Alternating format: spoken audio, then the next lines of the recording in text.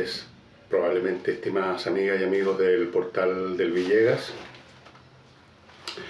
Vamos a partir con una noticia odiosa realmente, que es esto de los incendios en el sur, que coincidentemente, que curioso, no se han concentrado en la zona de la Araucanía. Hay 42 incendios, pero quién sabe, en este momento pueden haber 100, o pueden estar controlados y haber 20 activos, no sé, pero en todo caso muchos incendios. Y a raíz de esto el gobierno decretó un estado de excepción, un estado especial, y desplegó al ejército, a las Fuerzas Armadas, para ayudar a controlar el incendio y ponerse a cargo de la zona. Los jefes militares de cada uno de las zonas en cuestión se hacen cargo de la situación, protegen de cualquier situación. Podemos suponer un ataque de alguien, ¿quién podría ser, no? A los brigadistas, etc. Y naturalmente este despliegue ha causado la gritadera que era de esperarse en algunos sectores que hablan de militarización.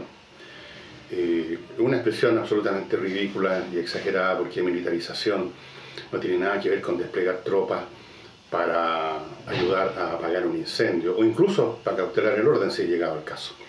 Militarización es un concepto que se refiere a una sociedad entera que se dedica solamente a las actividades de la guerra, a producir armamento. Todo el mundo está enrolado en la fila, los conceptos, las ideas, todo gira alrededor de la guerra o de la posibilidad de guerra.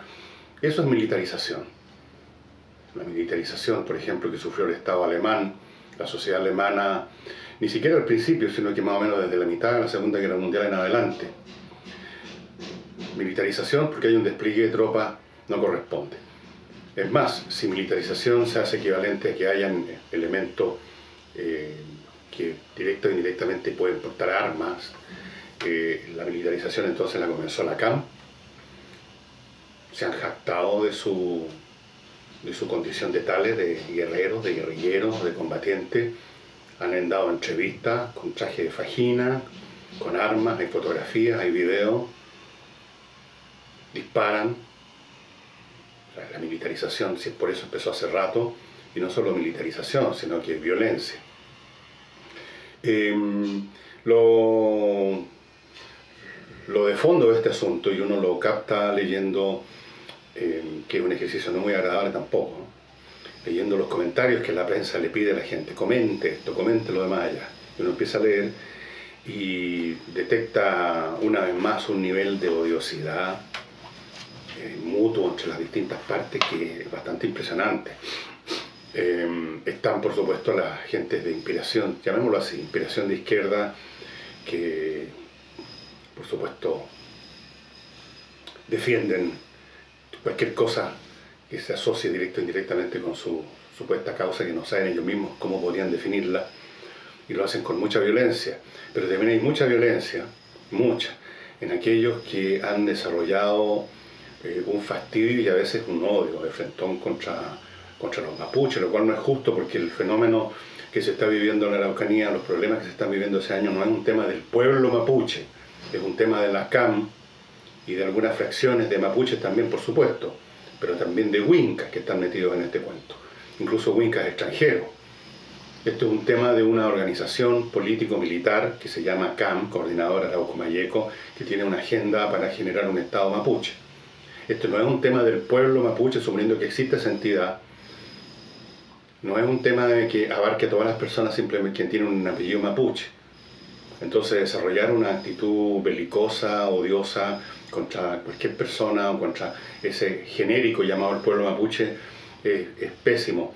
Pero así es como se empiezan a crear los ánimos en una sociedad para llegar, en los casos, digamos, graves, en que terminan eso en una guerra civil. Cuando se empieza al prójimo a convertirlo en un elemento, como usa el lenguaje que usaban los marxistas, los elementos, no eran personas, los elementos contrarrevolucionarios. Dejan de ser personas, se convierten en un elemento, o sea, en un átomo de azufre, un grano de sal, algo que no tiene valor como persona y por lo tanto uno lo puede pisotear. Entonces, cuando se empieza a categorizar a la gente así como parte, miembro, elemento de una categoría general, a la cual se detesta, los contrarrevolucionarios en un caso, en este otro los mapuches, etc. Es muy jodido porque al deshumanizar al otro se prepara el ánimo para la violencia brutal, sin límite.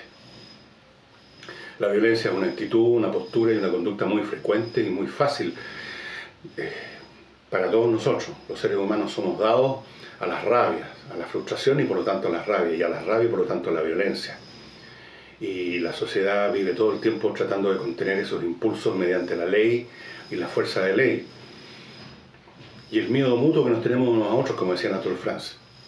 Digamos, las rabias se quedan en eso y no en la violencia porque tememos que quizás el prójimo al cual estamos en ese momento detestando y en la fantasía lo estamos masacrando, nos pueda él masacrar a nosotros. Entonces vivimos al borde siempre de una explosión.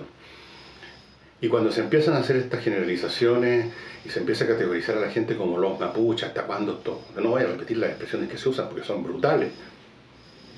Y hay muchos de estas personas que piden que los militares de Frentón lleven a cabo una especie de limpieza étnica, digamos las cosas por su nombre. A mí me parece súper grave. Y este es el resultado de que el Estado no ha cumplido con su función.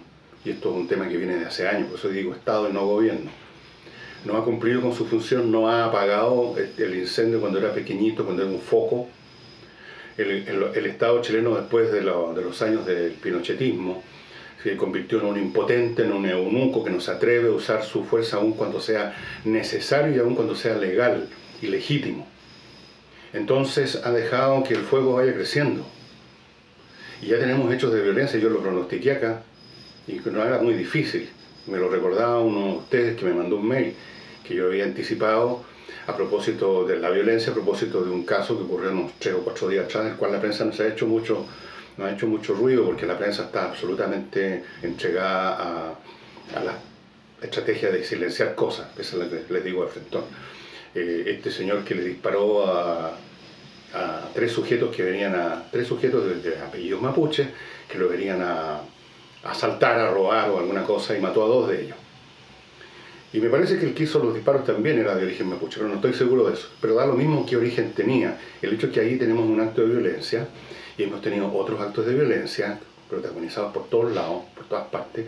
Y si esto continúa, los civiles que se sienten amenazados por la CAM, que reciben de hecho amenazas, que se tienen que ir o les vamos a quemar todo, van a empezar a tomar conductas que no nos interesa a nadie que se produzcan, porque conducen a una situación de guerra civil en un grado mayor o menor, pero guerra civil.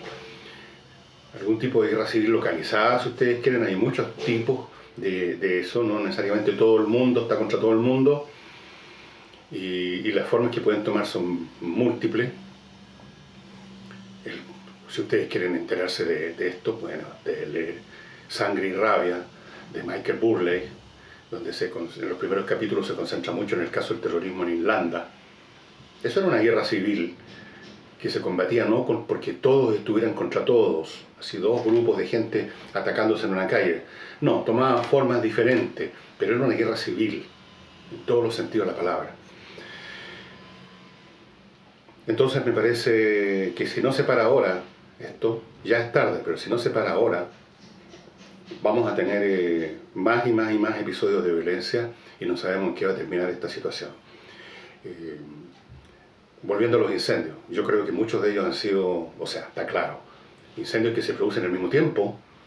¿Cuál es la probabilidad matemática de que las condiciones naturales, o como me decía un señor, una botella que está botada actuando como lupa contra el pasto reseco, justo 2 botellas, 3 botellas o 6 botellas producen el mismo resultado en 6, 7 partes distintas? Miren qué casualidad. Bueno, esto es una forma de guerra civil. Una guerra en este momento que tiene como blanco los árboles, los pájaros, la vida que vive en los bosques, la naturaleza. En otros momentos ha tenido como blanco las personas. Esto no va a terminar bien si esto continúa así. Hay algunos que se hacen la esperanza, si es que se puede hablar de esperanza en este caso, que este despliegue militar es que con el pretexto del incendio es una manera de comenzar ya a tomar esas medidas, pero yo no creo eso. Este gobierno no tiene estómago para eso, no tiene pelotas para eso, como no lo ha tenido ningún gobierno anterior. Así que las cosas van a seguir su curso. Eso se los puedo dar firmado, como se dice. Y ahora, estimados amigos, una breve pausa para recordarles, a propósito de este libro de Michael Burleigh, Sangre y Rabia, que está en castellano. Pero si no hubiera estado en castellano, ¿cómo lo habrían podido leer si no saben inglés? Este es el momento en que usted empiece a estudiar, a aprender inglés y aprenderlo con Entrena Inglés. Esta academia es distinta a todas las demás. Hay muchas academias de hace muchos años, pero esta es diferente por varias cosas. Primero, si usted quiere, los profesores van a su casa o a su lugar de trabajo a impartirle las clases de inglés. O puede ir a los locales de ellos. Usted entra al sitio entrenainglés.cl, ahí están las direcciones, más clarito de lo que yo pudiera poner aquí en un cartel. Segundo, quienes enseñan inglés en Entrena Inglés son profesores, no simplemente un gringo buena onda que está residiendo en Chile y que para ganarse unos pesos extras se vota profesor de inglés. Yo sé de lo que estoy hablando porque algún familiar mío pasó por una de esas academias con los profesores gringos amoroso. Y ese familiar mío, donde digamos, como gran cosa, es capaz de decir good morning, no aprendió mucho. Y le dieron diploma y todo. Entonces hay que tener cuidado donde uno se mete. Entrena Inglés tiene profesores, personas que saben enseñar y que además han hecho cursos especializados para enseñar inglés en países de lengua inglesa. No hay por dónde equivocarse, entonces. Aprenda inglés, estimado amigo, le va a abrir muchas, pero muchas puertas. No pensemos solo en términos utilitarios, de que sabiendo inglés va a poder poner en el currículum bilingüe, no. Los libros, las películas, tantas cosas que vienen en inglés, que no están traducidas, que están pésimamente traducidas, todo eso usted lo va a poder adquirir. Así es que entrenainglés.cl, entre ahí y vea todo lo que le puede ofrecer esta academia. Pasando ahora a otro punto. El señor asesor, la otra vez dije que era parte del ministerio, que era parte del gabinete de Trump y me equivoqué, es asesor, pero en el fondo es como si fuera ministro porque está en las cosas más importantes. El asesor en temas de defensa, que es el señor Bolton, el asesor de Trump, así, pero de la manera más, yo diría, descarada o abierta, le dijo a los generales venezolanos que aquellos que contribuyeran a la caída de Maduro serían eximidos de toda sanción por los pecados que hayan cometido. Entonces inmediatamente Nicolás Maduro dijo, están incitando, llamando a un golpe de Estado. Ok, en cierto sentido, claro, están incitando a un golpe de Estado. Pero quizás sería bueno en este momento hacer una pequeña reflexión sobre qué es lo que es realmente un golpe de Estado y cómo se relaciona con la situación de Venezuela. Yo sé que el golpe de Estado se usa en forma genérica en cada ocasión en que hay los militares en su conjunto o parte de ellos intervienen políticamente en forma violenta o presionando o amenazando con la violencia para cambiar un gobierno. Y efectivamente ha habido muchos de esos episodios en América Latina. En los años 60 no había semanas sin un golpe de Estado de esa clase. Pero la palabra golpe de Estado, que se inventó en algún momento, no es caprichosa. Se refiere a un acto súbito, como es un golpe, como es ir por la calle y que de repente alguien nos pegue un puñete en la espalda. Se refiere a un acto súbito, inesperado, cupular, donde un grupo de militares echa del poder a otro grupo de militares o donde todos los militares echan del poder a un gobierno civil. Sin que haya, digamos, otra razón, y que razones propias del élite, diferencias entre grupos del élite, ambiciones personales o cualquier cosa de esas, pero sin intervención del pueblo, sin que haya una situación crítica de revuelta o de motín o de crisis en virtud de la cual un grupo de militares haga eso. Un golpe de Estado es un asunto que pasa por sobre las cabezas de uno. Si el día de mañana en Venezuela un grupo de militares echa a Maduro, con o sin violencia, con o sin disparos entre medio, va a ser respondiendo a una crisis profunda de Venezuela y a un deseo, yo diría, mayoritario de la población venezolana de terminar con el gobierno Maduro. Va a responder a un 10% de inflación, va a responder a una inmigración masiva de venezolanos, va a responder a una crisis que va a tomar una forma militar, como siempre las tienen que tomar, pues ustedes comprenderán que los civiles por sí mismos no pueden echar abajo un gobierno. En algún momento tiene que intervenir algún grupo con fuerza. En el caso de las revoluciones son los barbudos con sus metralletas. En otros casos son secciones de las Fuerzas Armadas o las Fuerzas Armadas enteras, que responden a una situación crítica. Es lo que pasó en Chile. Aquí se habla también de golpe de Estado y todos entendemos que se están refiriendo al 73. Ok, se usa esa expresión, está bien, no hay ningún problema con eso, pero no es exacta. No es exacta porque respondió para bien, para mal, con buenas razones, con malas razones, pero respondió a una situación crítica que vivía todo el país. No fue, digamos, un acto caído del cielo, no fue lo que los gringos llaman un rayo en un cielo sereno, algo inesperado, súbito, que nadie podía prever. Si acaso mañana sacan a Maduro, no va a ser un golpe de Estado, propiamente tal. Va a ser una revuelta, con forma militar. Sería bueno que ustedes le echaran una mirada a lo que sobre este punto han pensado. Antes no se llamaban con esta expresión ciútica cientistas políticos. Antes simplemente eran personas que pensaban nomás. Desde el siglo XVII hay un señor Boudin, francés, está Hobbes y otros que hicieron tratados como Leviatán, por ejemplo, sobre el poder, la legitimidad del poder, etc. Y en muchos de esos tratados ya del siglo XVII, cuando reinaban monarquías, pues no hablemos de república, monarquía, se establece claramente que el pueblo tiene derecho a derrocar al gobierno, si acaso ese gobierno, en este caso este monarca, está actuando contra el pueblo, lo está pisoteando, no está cumpliendo con el deber, está atropellando los fueros, qué sé yo, las leyes, los derechos de los distintos sectores del pueblo. En esa época existían más que leyes generales, existían fueros, derechos como particulares para determinados grupos.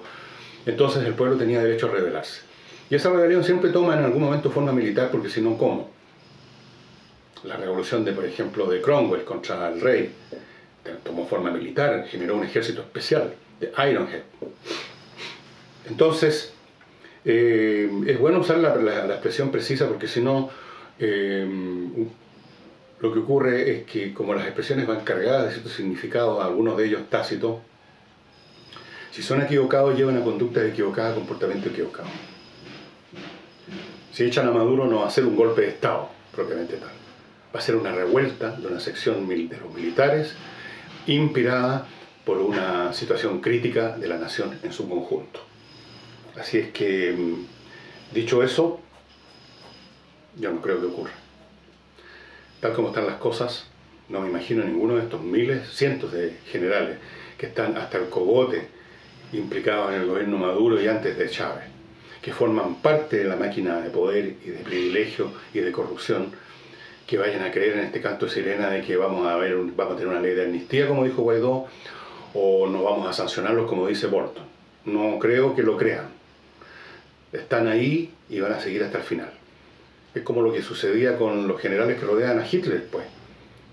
Ya estaba evidentemente derrotadísimo el Reich. Las tropas rusas estaban entrando a Berlín y seguían obedeciendo a Hitler.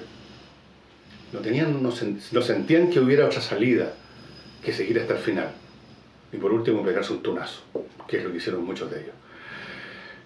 Así es que, bueno, pero está por verse, las cosas pueden ocurrir, puede haber un pronunciamiento militar, que es una expresión más exacta que el golpe militar en este caso.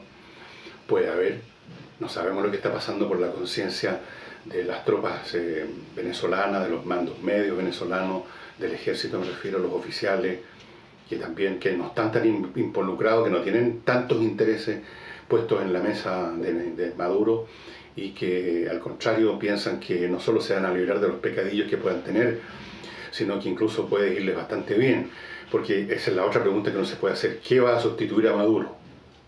¿Qué va a poder hacer Guaidó con la situación con que se va a encontrar? Un señor me mandó un mail ayer, un militar retirado, que me listaba toda la serie de cosas que tendría que hacer Guaidó una vez llegado al poder.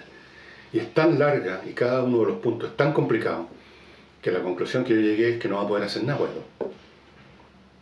Hay algunas veces, como hacen los médicos cuando llegan a la mesa de operaciones con una persona, que, como ellos mismos dicen, lo abrí y lo cerré. Con eso quieren decir que lo trataron de operar, abrieron, vieron que no tiene remedio, que el cáncer está por todos lados, que la cosa no tiene vuelta, y lo vuelven a cerrar el cuerpo. En este caso Guaidó va a abrir y va a cerrar. Eso es lo más probable. Y antes de continuar, amigos míos, se me estaba olvidando mi ritual matinal. Exquisito.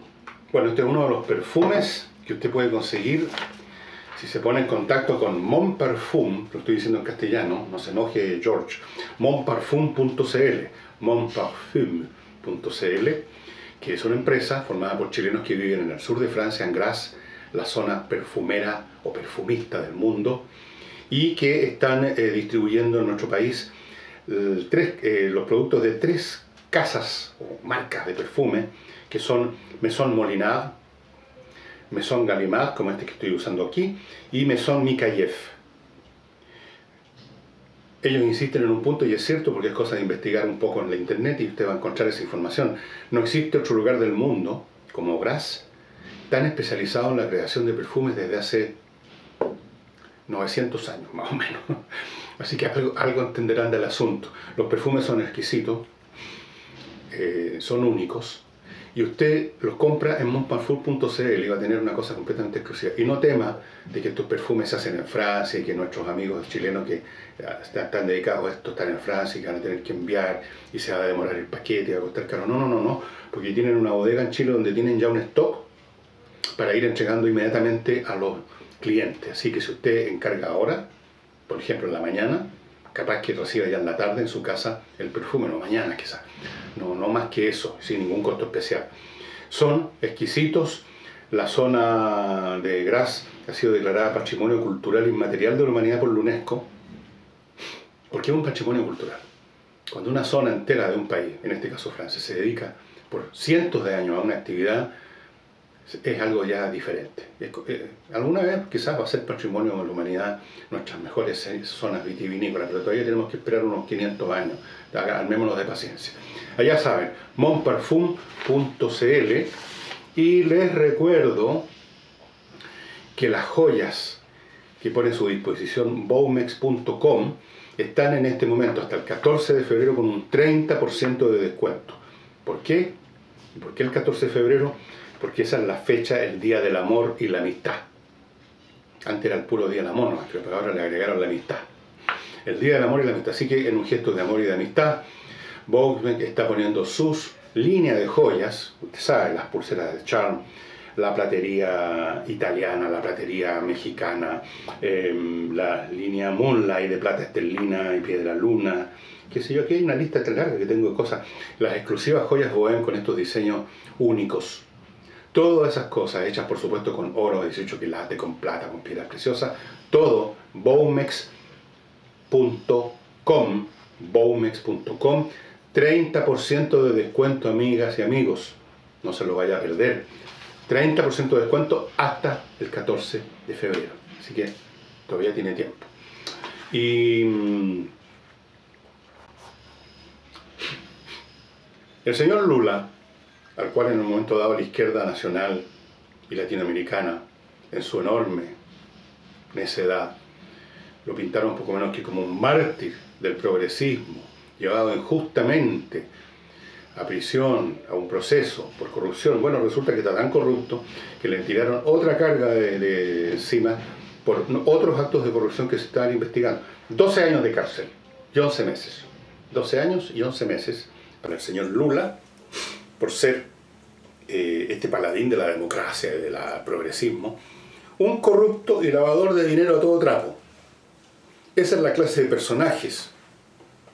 Sumémoslo a Maduro, sumémoslo a Cristina Kirchner, que también la han defendido, pues porque a la Cristina la están interrogando de nuevo por otros casos de corrupción y de traslados de maletas con plata para allá y para acá, una cosa realmente asquerosa como funcionaba la corrupción con el gobierno de Cristina Kirchner, la verdad, impresionante.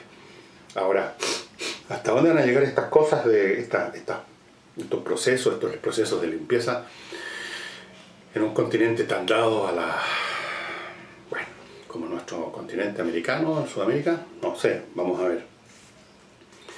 Ahora, de todas formas uno se pregunta, ¿qué pasaría en Chile? ¿Qué habría pasado en Chile si la justicia chilena hubiera actuado como ha actuado la justicia brasilera?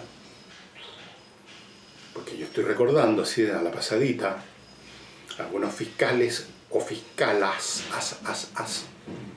a las cuales se les puso a investigar ciertos casos que no llegaron a ninguna parte, que cerraron amoroso el cartapacio, pegaron un carpetazo Y a poco andar recibieron un premio y se les nombró jefe de tal o cual repartición pública. Y anda por ahí circulando una investigación de CIPER sobre los arreglos que distintos grupos empresariales de la mayor importancia llevaron a cabo con organizaciones, organismos o partes del gobierno para liquidar las investigaciones sobre dineros para la política. Vean ustedes en CIPER, creo que esa cosa está disponible.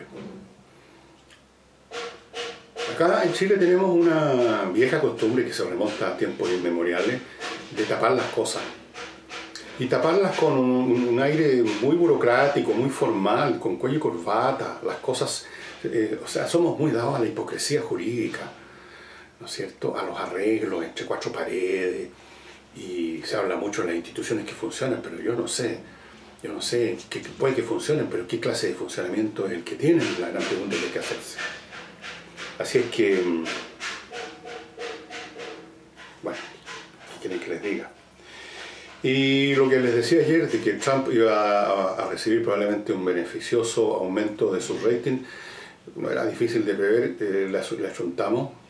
Estuve viendo incluso en la CNN que odian a Trump, lo odian mortalmente. Ayer salió una, pueden ustedes verlo en el portal, estoy hablando de CNN Internacional, ¿no?, de otros CNN, ¿no?, una serie de estadísticas de pool de opinión pública, hechos a personas de distintas edades, jóvenes, más viejos, mujeres, hombres, republicanos, demócratas. Dividieron la cosa en varias secciones y en todas ellas, y en muchas en forma abrumadora, Trump sale aprobado por su cuenta, por su mensaje a la nación. Ahora, a propósito de CNN, el caso de CNN y de otras cadenas norteamericanas es francamente ya vergonzoso cómo actúan. O sea, como ayer no podían decir mucho más de malo sobre Trump, porque hasta para ellos era notorio que el mensaje había tenido buen resultado con el público, entonces lo ningunearon. Si ustedes ven cualquier edición de la CNN días para atrás, van a darse cuenta que todos los días, arriba a la izquierda, la principal noticia del portal es algún escupitajo contra Trump. Y luego columnas contra Trump. Y luego otras notas contra Trump. Ayer, arriba a la izquierda, había una especie de tema magacinesco, así como esos que uno ve en las revistas de peluquería, ediciones de día de fin de semana. No estaba Trump. Desapareció Trump. Hay que tener cuidado con estos medios, ¿eh? Se habla mucho de los fake news y se hace suponer a la gente que el fake news es un par de adolescentes o de gente que pertenece al Ministerio de la Mentira de algún país y que se dedican a inventar de la nada historias para obtener ciertos resultados. Pero resulta que tenemos el fenómeno, yo no sé si llamarlo fake news, creo que es más complicado, de estas cadenas que han tomado partido, que se pusieron una camiseta y que simplemente entregan no información y análisis lo más objetivo posible, sino que entregan simplemente panfleteo contra Trump. Yo no creo que Trump sea... Yo no tengo la camiseta de Trump. Creo que he analizado acá que en este programa y en otras partes qué es lo que es Trump. Hay un tema que tengo aquí en el portal, escrito hace varias semanas, ya un par de meses, sobre el energúmeno, los energúmenos que alguna vez aparecen en la sociedad. Así que no me podrán ustedes decir que soy trumpista, pero me gusta examinar objetivamente y ver qué es lo que hay detrás de lo que está haciendo, qué es lo que podría ser aceptable, qué es lo que no, y tratar de discriminar pues, entre una cosa y otra, y no simplemente ponerse como un adolescente tontón a enarbolar el puño y gritar contra Trump.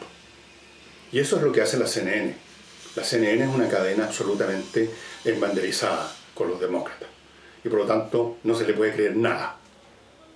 O sea, uno la lee igual, yo la veo igual para ver, no para ver la verdad, sino para ver en qué están ahora distorsionando las cosas, porque eso sirve para encontrar la verdad de manera indirecta.